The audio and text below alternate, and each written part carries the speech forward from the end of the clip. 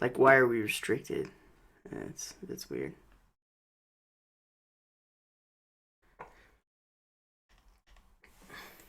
Stream complete, huh?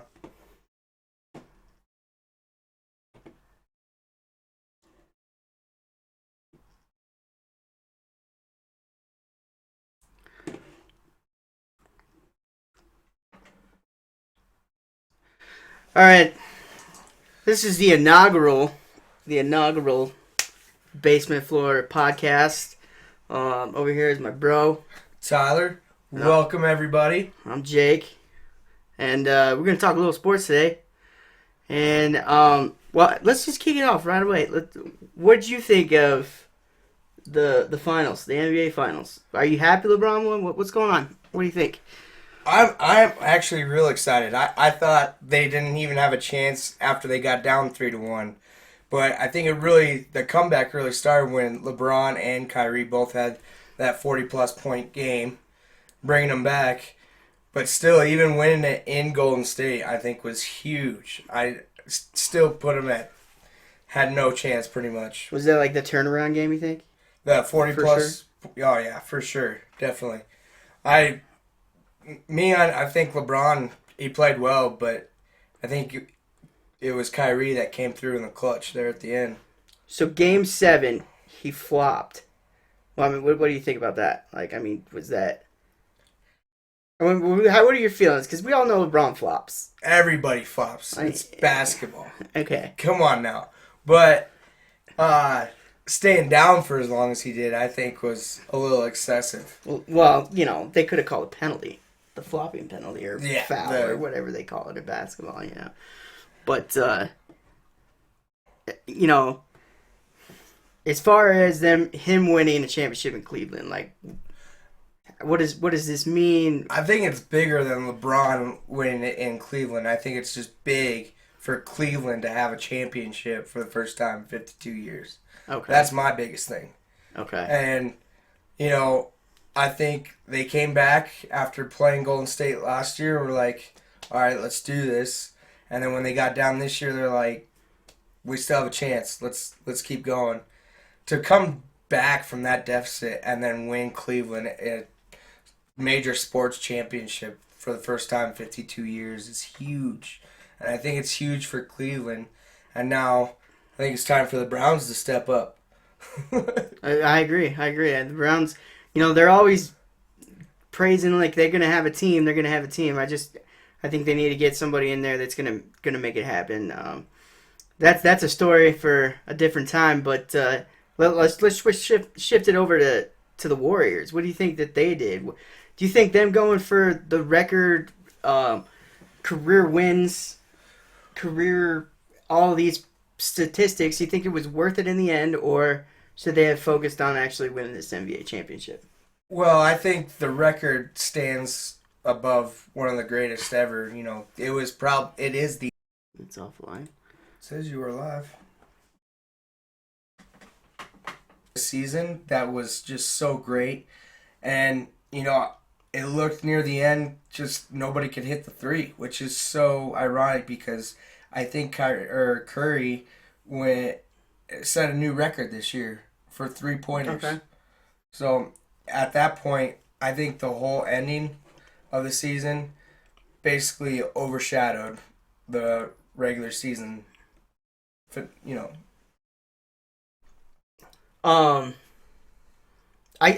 swear Golden State had it in the bag after the first 2 games, and the way that they were beating the Cavs, like they were just smashing them, 20, 30 points. Like you said, the turnaround was beating them on basically home field turf. Yeah.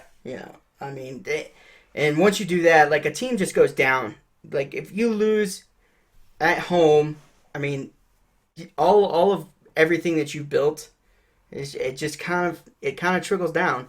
And I think Cleveland really stepped up and took advantage of that. Really, I agree. I mean, LeBron is the best at basically, dominating you. He's arguably the best player in the world. A lot of people talk about Steph Curry. He's a great player as well. And actually, I think the Golden State Warriors were a better team. Absolutely. I mean, and statistically, that that's proven.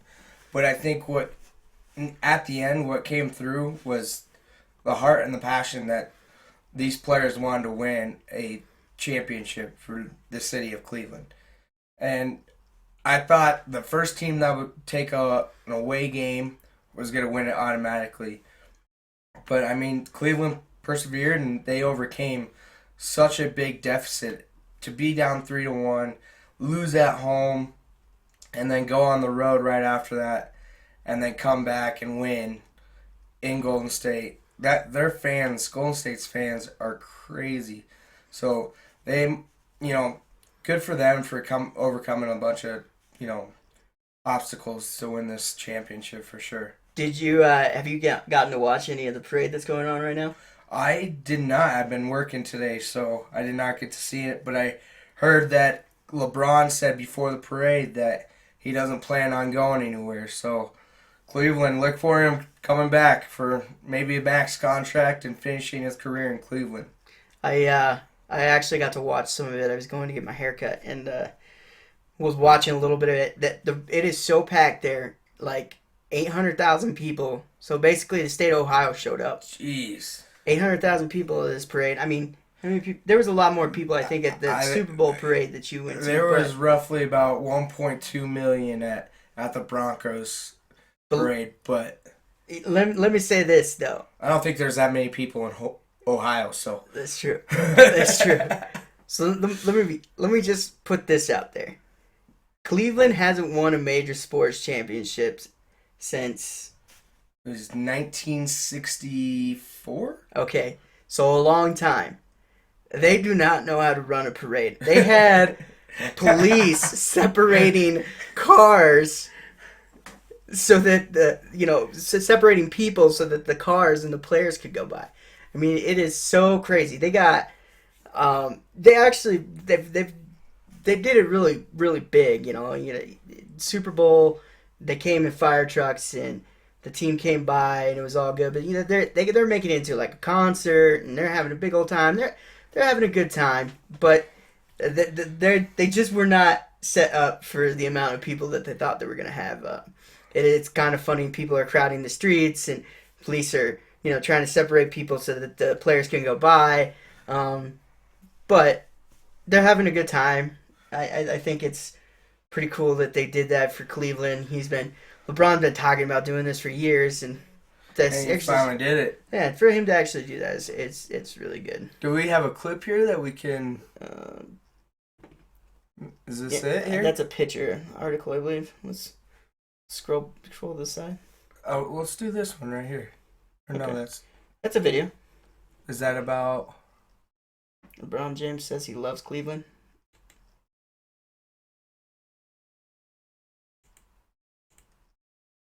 Let's see if it loads up.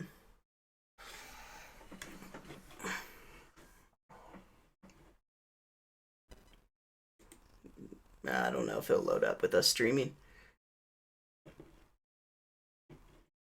Oh, well, we tried. Anyway. So, what do you see the NBA? I mean, there's a lot of talk going on with the NBA. Since we're on the NBA topic, like, what do you expect from them next year? I think there's some big changes coming, right? There's some big changes coming. Kevin Love, I think, is still needing a contract. I believe J.R. Smith just passed on his player option. So, I mean, those are key players to this championship team. So it'll be interesting to see if they try and maintain and keep everybody or if they try to bring in some new fresh blood, knowing that they have Kyrie and LeBron James, that maybe they can still get back to where they are. I think Golden State's going to come back, and they're going to be the same team. They're going to be solid. They're going to be a solid team for years to come, especially if they can maintain the salary cap with the players that they have. So, what do you think about Derrick Rose going to the Knicks? You think he'll have a team? Derrick Rose to me is a guy that he's a very talented player, but has been prone to injuries, and if he can stay healthy, it's a great pickup for the Knicks. Great pickup. Also, if they, keep Melo and keep some of their key points there too. But I don't see Derrick Rose being very effective if he can't Yeah, I mean, stay on the court. for you Derrick Rose fans out there, I just don't see him being healthy for much longer.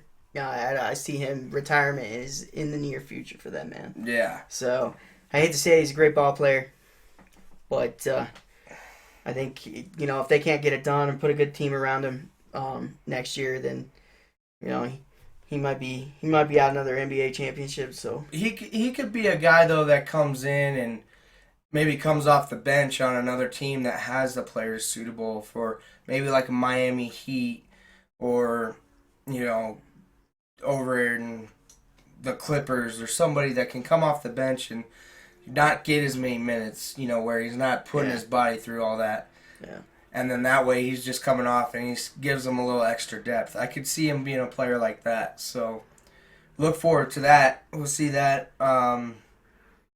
Hopefully the draft here is coming up, so maybe we'll see some draft day deals, some draft weekends. Speaking of draft, NHL draft is coming up this week.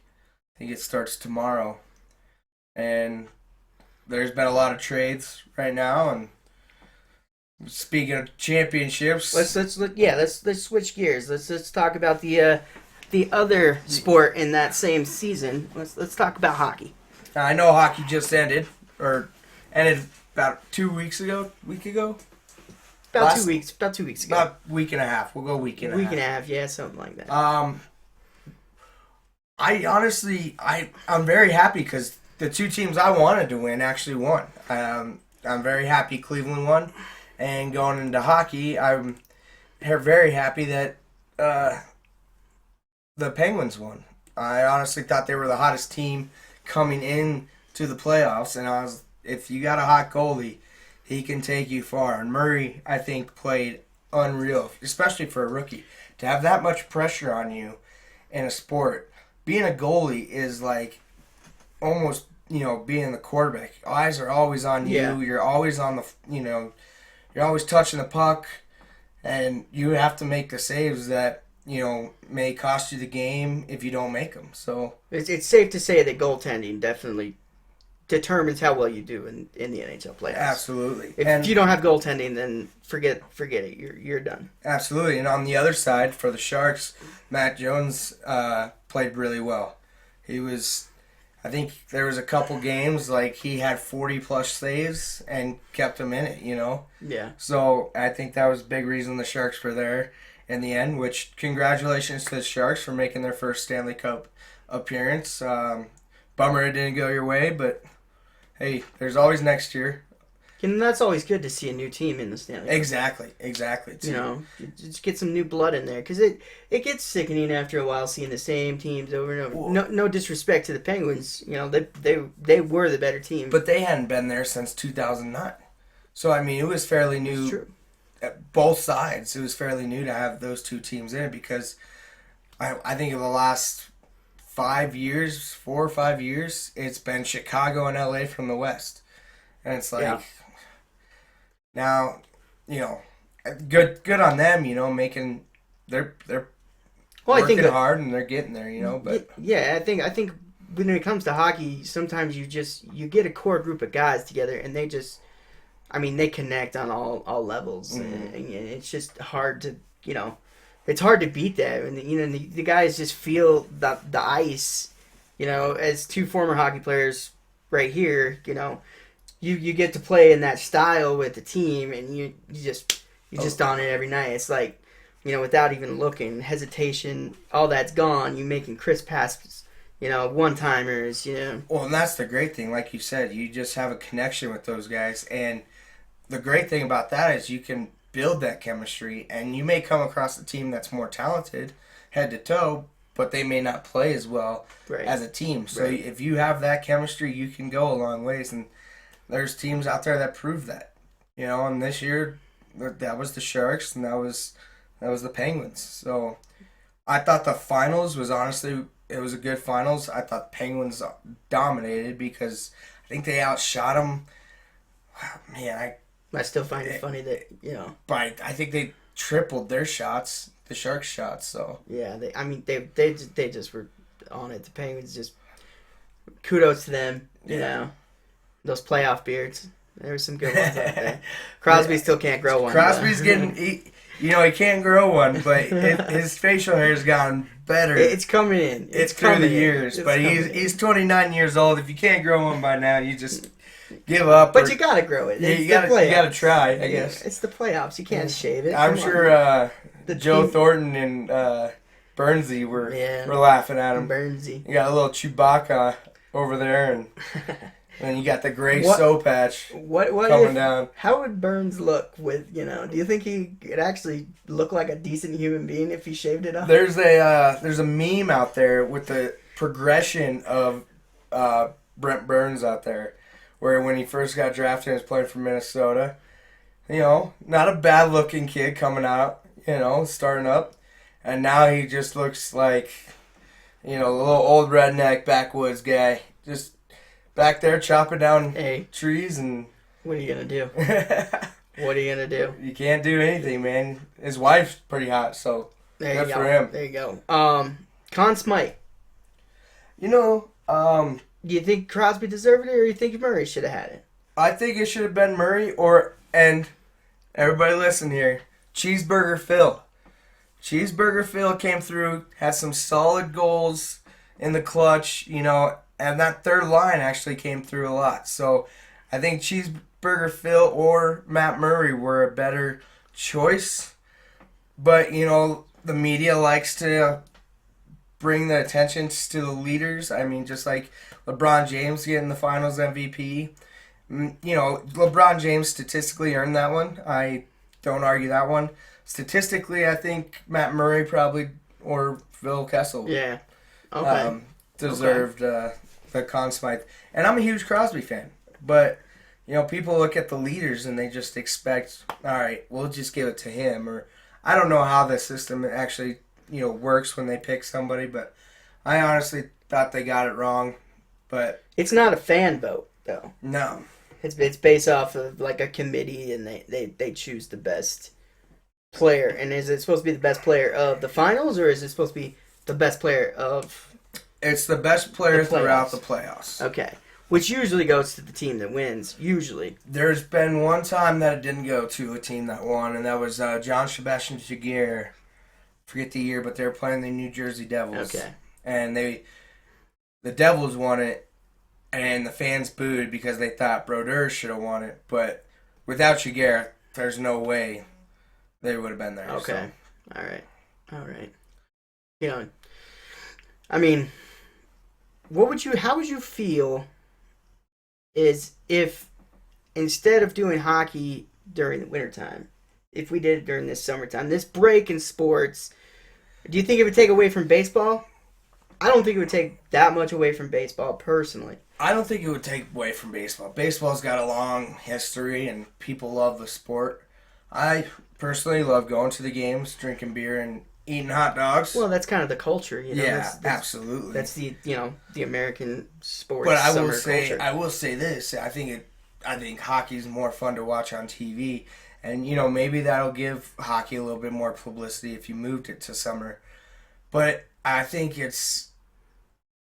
I just don't think it's possible because you have that break. You would have to probably start, October, November, December, January, February, March, April, May, June. There's 9 months out of the year. So you'd have to start in February and go till September or so. Yeah, which goes into football season, and then that would kind of take away. I mean, hockey still starts with football season. I got you. I just think rink-wise, maintaining a rink during the summer is a little bit harder, Well, they share. The NBA and the NHL, they have a majority of the teams share arenas. So true. I mean, it would make the scheduling a little bit easier, but yeah. Well, maybe it doesn't. I mean, we're not on the inside. Maybe they do basketball and hockey at the same time because it's of those. Easier for them. Maybe that's right. But just to question. Just curious. But if you guys have any opinions on that or any information on that, please shoot us a message or post on our wall. Feel free to tweet us at Basement Floor on Twitter. Or Basement Radio, excuse me. At Basement Radio on Twitter. Any questions, comments? What you want to see, what you want us to do, what you want us to talk about. And this is kind of going to be more of a, not necessarily a filtered radio show. I mean, today we've been pretty clean. Yeah, we've been pretty tame. Like we're gonna get a little excited here in a little bit. Well, we're gonna talk some U.S. Open. We'll talk some U.S. Open. We're gonna talk some U.S. Some Open. drama there, but as we go on, I'm sure when football season comes around and hockey season comes back around, we'll get a little bit more intense. Yeah. I'll probably be drinking new. Oh, amazing. LSU preseason tickets because the Kings play there during the preseason. Oh, you got preseason? What? I didn't get preseason tickets. I got it from the M Life. Because we're part of the M Life there. Yeah.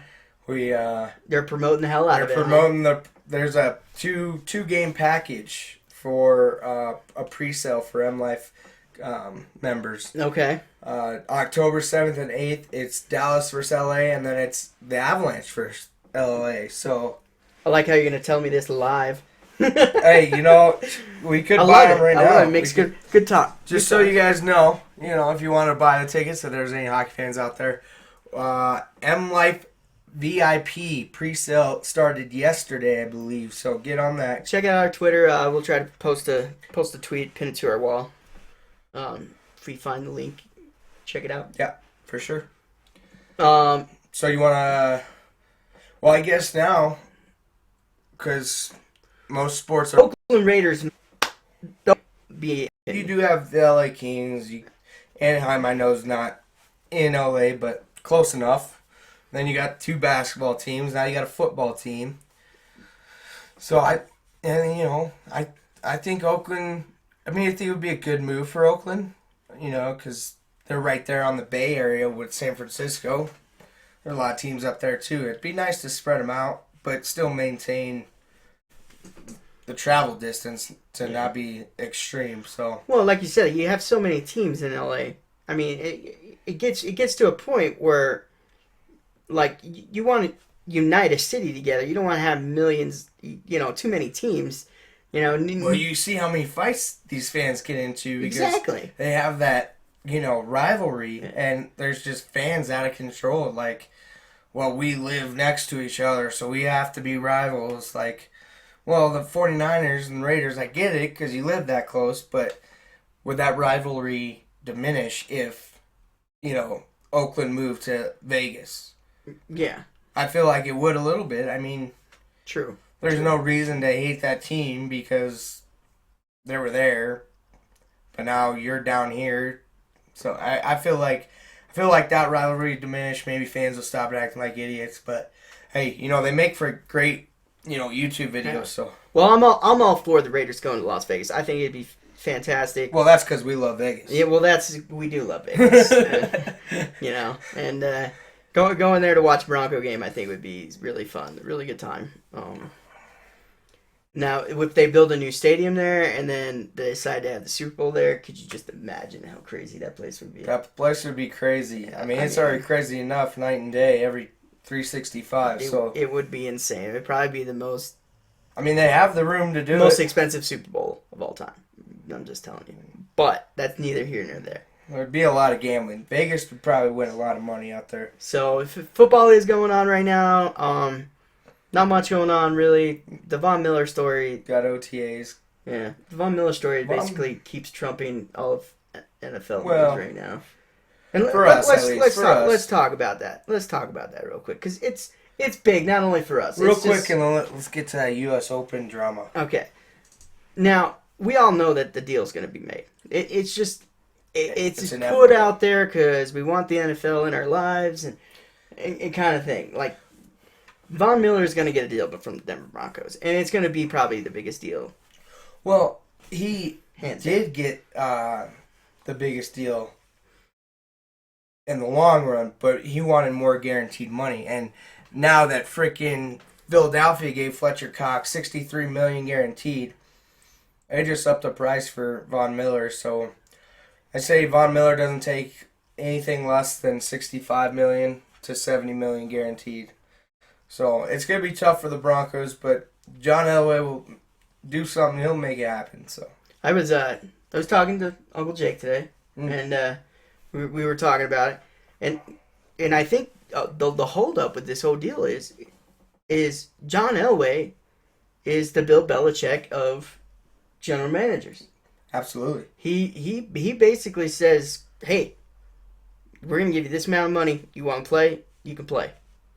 And, if you don't like that, then see you later. I mean, he basically tries to get the best players for the least amount of money. Like, he does everything that a general man... And, he's not afraid to freaking lose good players because he knows he can find good players. Well, like Julius Thomas, he lost him.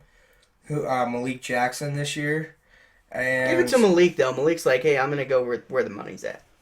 He did say that. So, and he deserves it. He played his ass off. Absolutely. Well, you look at it, I mean, he carried, I wouldn't say he carried, that whole defense did, but Von Miller set the tone. And when you have a guy that can set the tone like that off the edge, you pay the man the money, I think a lot of this, too, is lawyers get involved. He's a high-profile player. You're talking multi-million dollars.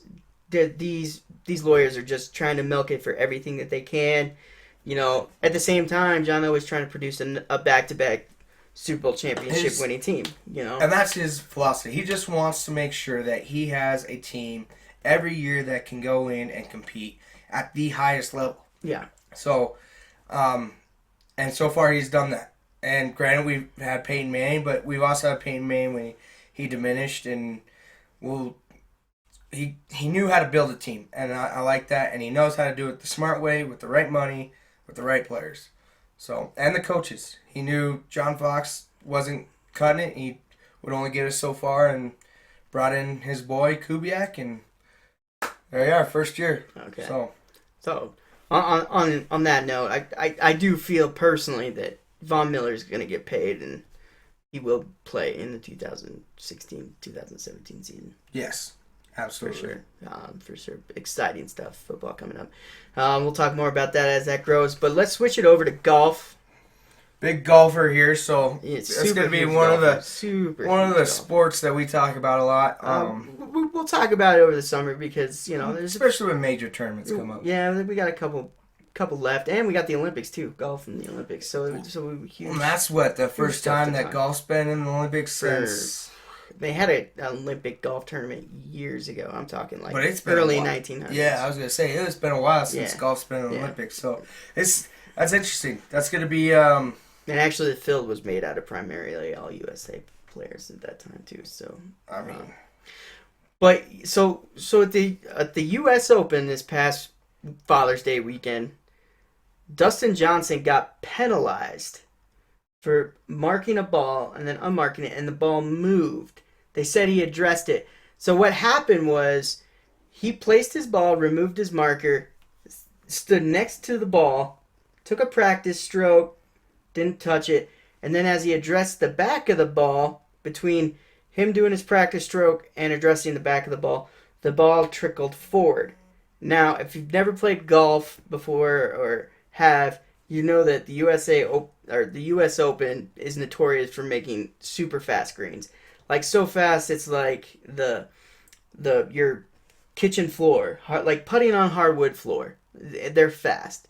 So when you place the ball on that, it's hard to get it to stay, for one.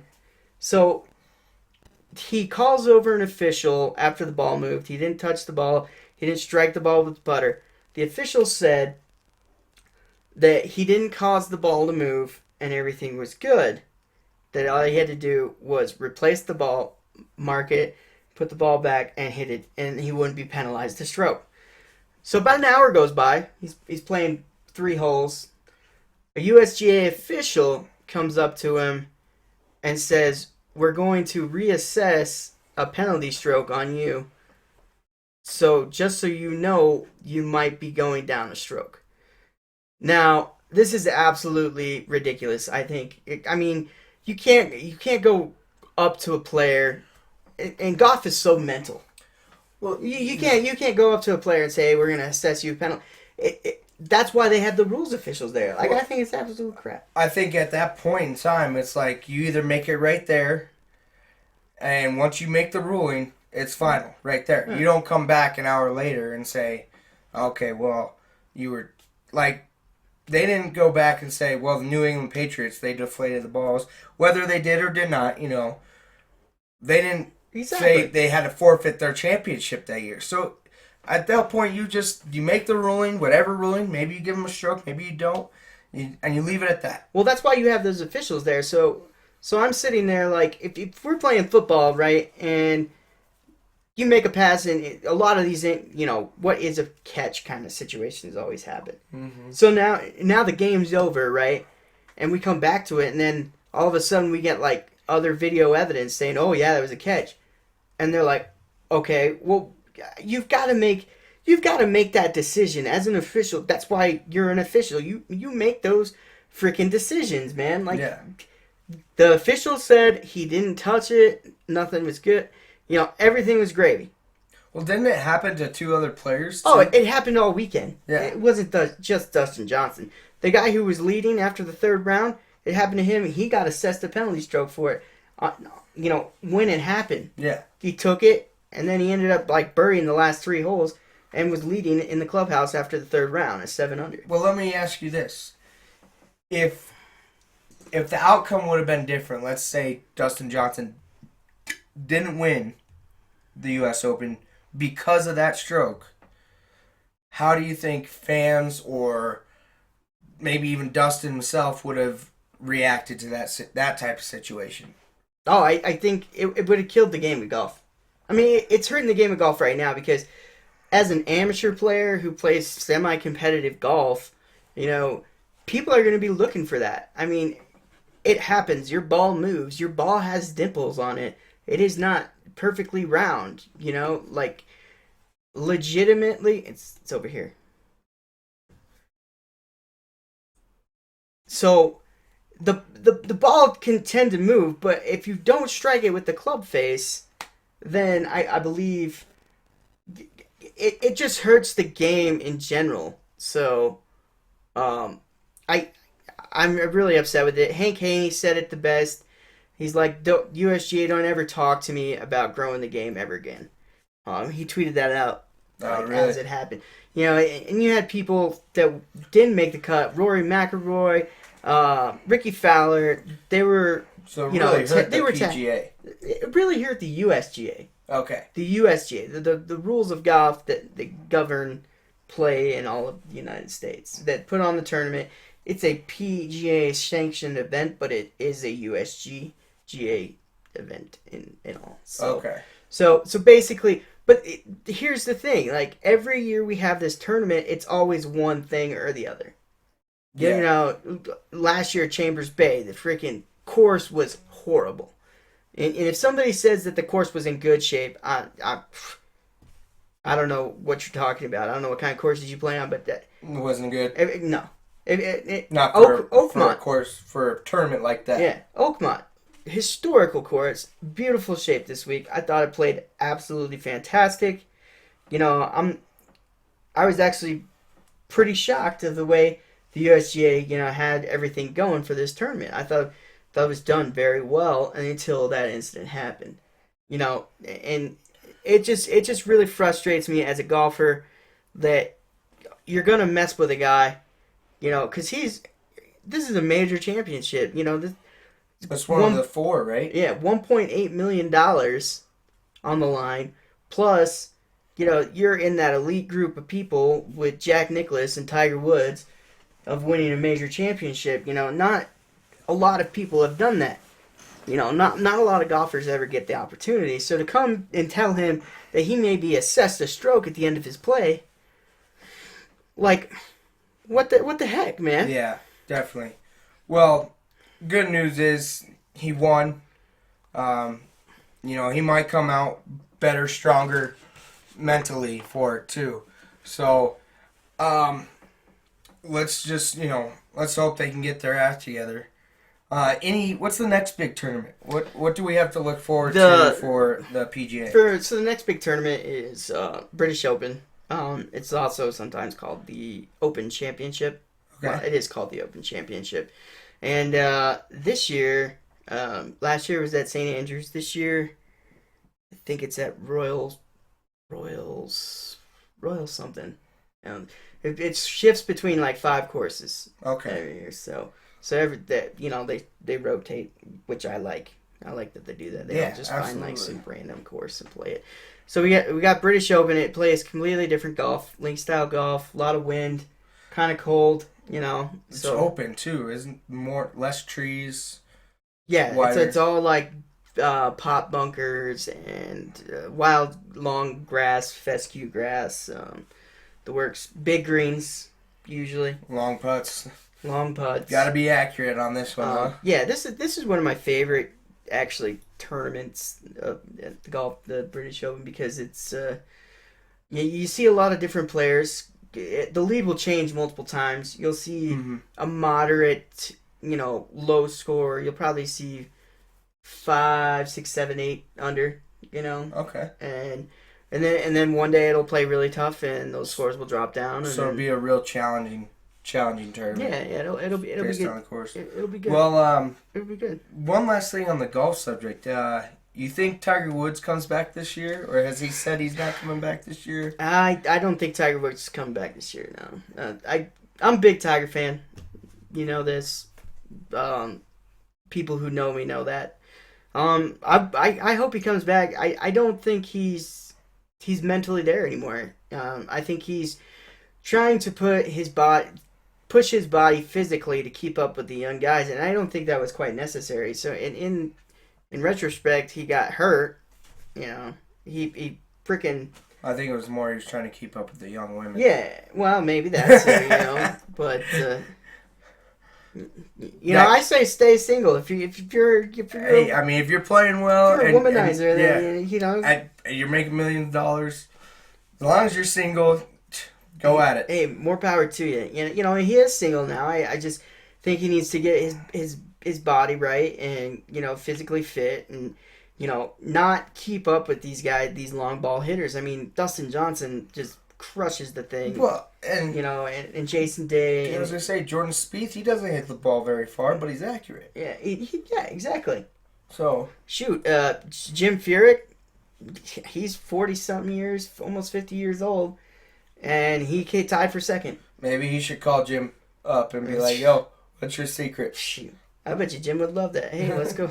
And Steve Stricker is another one.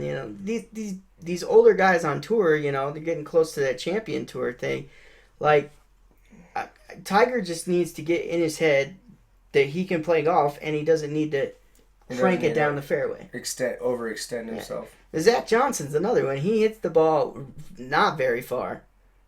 Zach Johnson probably hits the ball a little further than I do. These guys that you're talking about, they're in. They're in the tournaments. They're competing. So there's something you can do that you don't need a.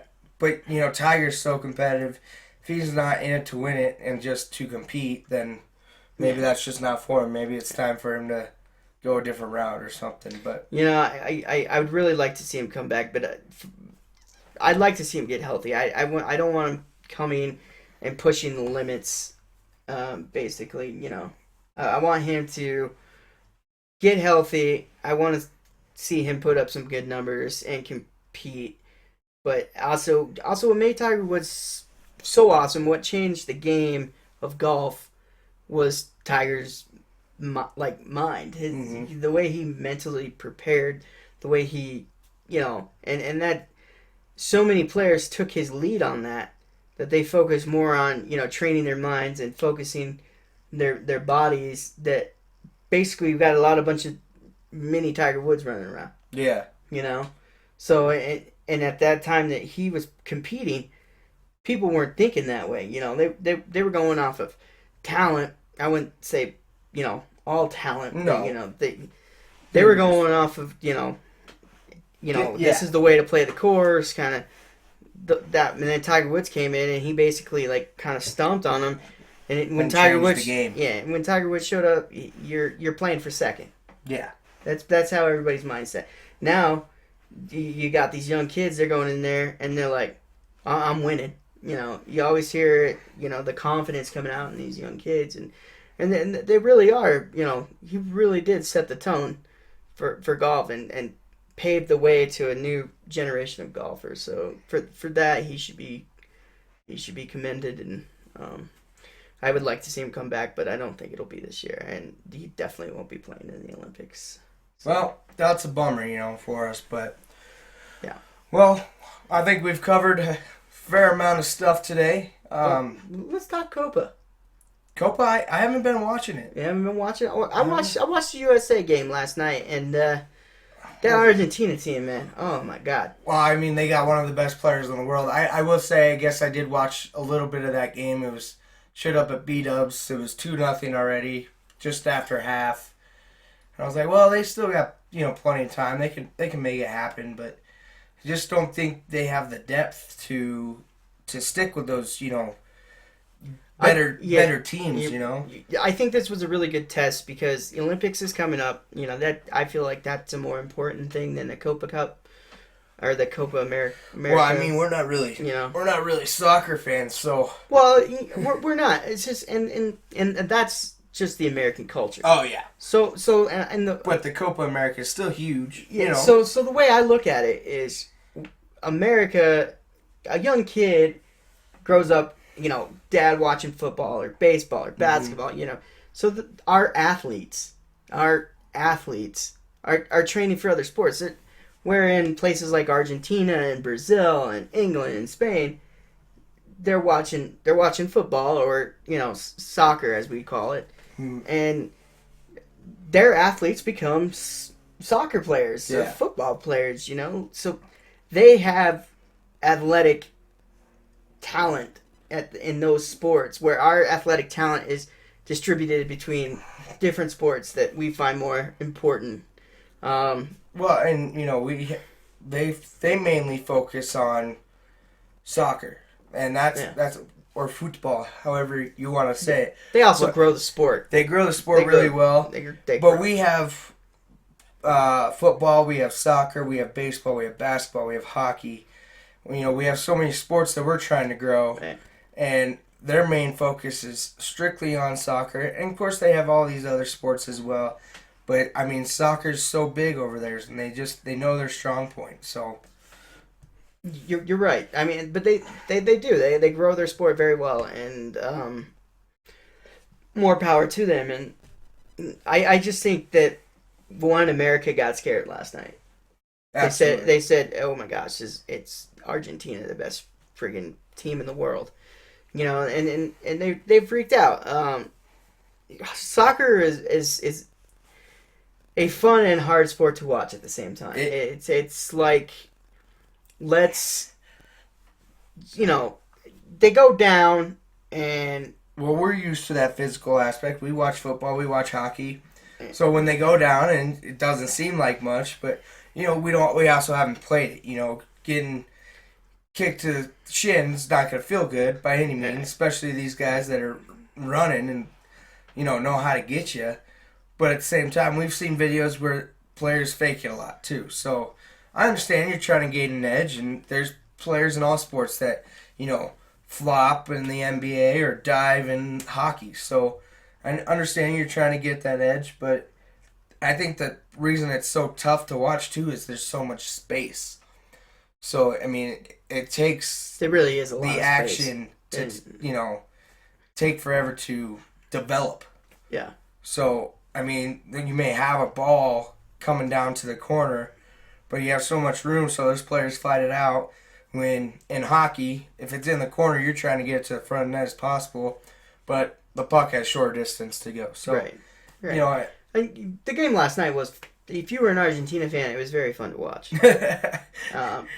Some very impressive goals, actually.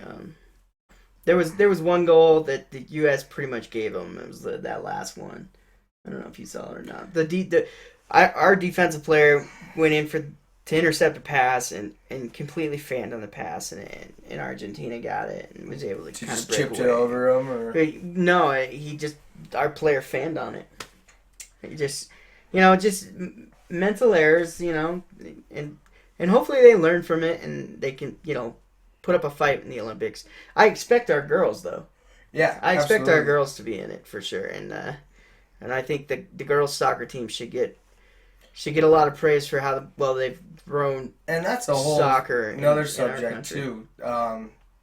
The the equality of the men versus the women's U.S. soccer teams. I mean, yeah, there's always that glass ceiling, whatever, but you want to see the team that's doing the best, get the praise and get the rewards that they deserve. And I think the women have actually brought more fans to soccer.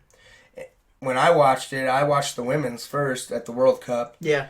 And that's what drew me to it. So I was real interested. Obviously, we love America. We got to support our athletes. They're and our fun teams. to watch too. The women are really fun to watch. Well, they're hot too, so that helps. But the the men's team, they do well, but they don't do as well as the women. And people like teams that do well.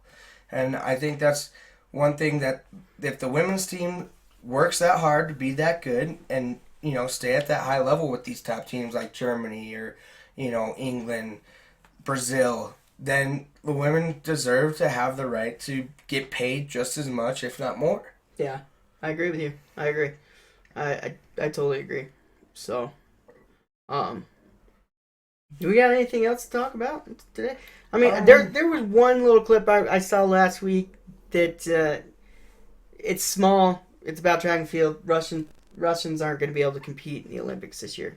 Well, it was because performance enhancing drug violation. Yeah, there was something about that as well, and then but they had to change their culture and there were some there were some guidelines that they had to meet in order to get in, and they haven't met them yet. So we'll see if they get in. This is for the Olympics, you said? Yeah. So I know FIFA. There's some stuff going around with that too, and that some teams might not get into Olympics this year because of some FIFA regulations. Yeah, and some corruption that went on, bribes and stuff like that. But one last thing. Here we go. What do we got here? A small thing. Looks like Rory's going to back out of the Olympics. That's huge. Well, he'd be playing for Europe? How are they doing the Olympic teams? So basically, golf, how they're going to do it is they're going to go based off world rankings. Okay. So they're going to take the top 15 are in. Okay. So if there's 4, and there's only 4 from each country. So there's like 6 people in the top 15 from the USA. So they're gonna take top 4, and then they're gonna try to represent as many teams until they fill 60 players. Is how they're gonna do it. They're gonna do a 3-day, 72-hole stroke play tournament. So you're gonna end up getting teams from all over the place, but you're going to have players that are like ranked in so the you're low going to have one 400s. player that might be from Australia, Jason Day, and then one player, Dustin Johnson, might be from America, and they're on the same team, or is it only guys from their country? It's only guys from their country, but they play individually. Okay. So it's kind of like but only 4 can represent their country. Kind of like the college, how they run the college tournaments. Correct. Okay. So like there's only like one guy from Japan that's like in the top, I would say 50 in the world rankings, and so they'll represent him, Japan. So now they're gonna have to find 3 other Japanese players. So they'll have to go down the world rankings and find the next highest. So he might be, 400 and 402 and 560 or something. So that's crazy. So we're gonna have some really good players. We're gonna have some not so good players, but they're still gonna be better than me. Yeah, better than me too, man. But that's the Zika virus, I guess, is breaking out. So I guess Rory's not Rory doesn't want to die, basically, is what it sounds like. Rory has decided not to compete in this summer's Olympics in Rio because of the fear about the Zika virus. The world number 4, who had pledged his allegiance to Ireland for the games, announced in a statement that he will not be available. McIlroy is one of the one of a number of high-profile golfers that pulled out. Schwartzel pulled out. Adam Scott pulled out. Oosthuizen pulled out. Wow. Vijay Singh. Oh, this is horrible. This is bad news for golf. Well, and I think they were trying to bring it back, hoping they'd have these high-end players. So it'll be interesting to see who goes. But right now, it's looking good for USA, right? Yeah, none of the USA guys pulled out. It looks like, but you got a bunch of players from different countries that are pulling out. Adam Scott's a huge one. That Louis Oosthuizen's another one because that would be South Africa, and same with Vijay Singh. So basically, they're top players from South Africa are not going to be represented. That's a bummer. Yeah, which is a shame. So and that really bugs me that they're doing that. And I understand the fear of the Zika virus, but as athletes, I'm sure that they're doing everything they can to protect, the athletes. But absolutely, they fought so hard to get golf into the Olympic Games, and now they're pulling out. Yeah. It's just it kind of hurts the game. It does hurt the game, and I feel bad for the people that worked their bags off to try and get golf back in there for these players, and now they're pulling out. So yeah, I said it, but. Little previews. So we got the NHL draft coming up. We got the NBA draft coming up. As you see up here, Lakers plan to pick Brandon Ingram with the number 2 pick. I'm an OU fan, so I'm looking forward to see Buddy Hield get picked up.